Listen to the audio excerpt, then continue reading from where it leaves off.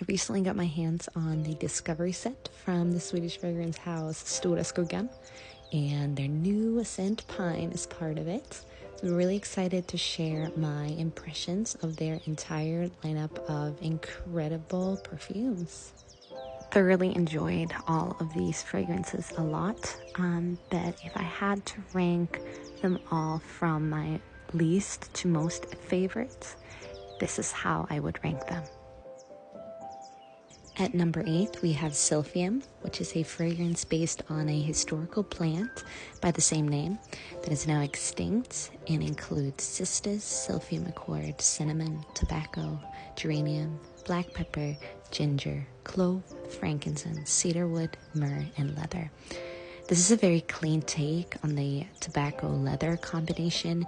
It almost smells like a cooking ingredient at first, and then the dry down sort of evolves into a very clean, almost soapy smell. At number 7, we have Hexensalve. This is inspired by the ointment that witches apply to their broomsticks and other phallic objects to quote-unquote ride them. Its notes are wormwood, salty licorice, tuberose, rosemary, angelica, belladonna, black hemlock, lichen, and patchouli. This, as the name suggests, is a very witchy scent. I'm actually a huge fan of salt licorice myself, so that particular note really speaks to me. This perfume feels very appropriate for fall and spooky season in general. At number 6, we have Izelai, which is named after the area in the Saharan desert where the loneliest tree in the world, an acacia tree, was located before a drunken truck driver crashed into it in the 1970s. It features blood orange, mint, saffron, dried fruit, amber, incense, gum acacia, and melvione. To me, this smells exactly what I assume that a desert smells like. It's very woody and dry.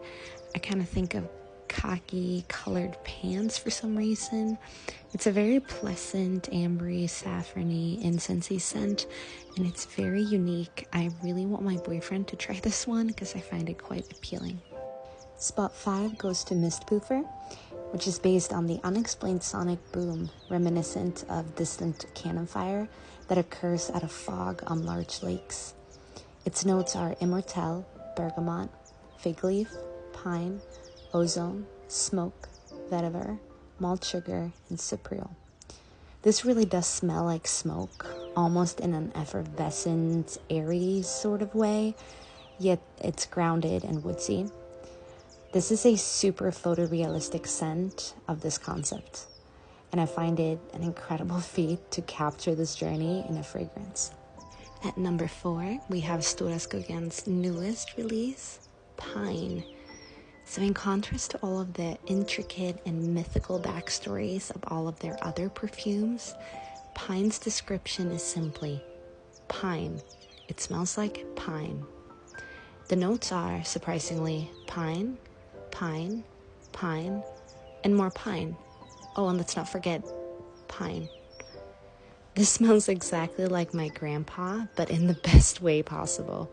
He lived on a farm in southern Sweden, close to a pine forest, where he worked as a blacksmith and raised stallions. It's a very deep, dense pine. Not a crispy pine, but more of a damp one, I would say.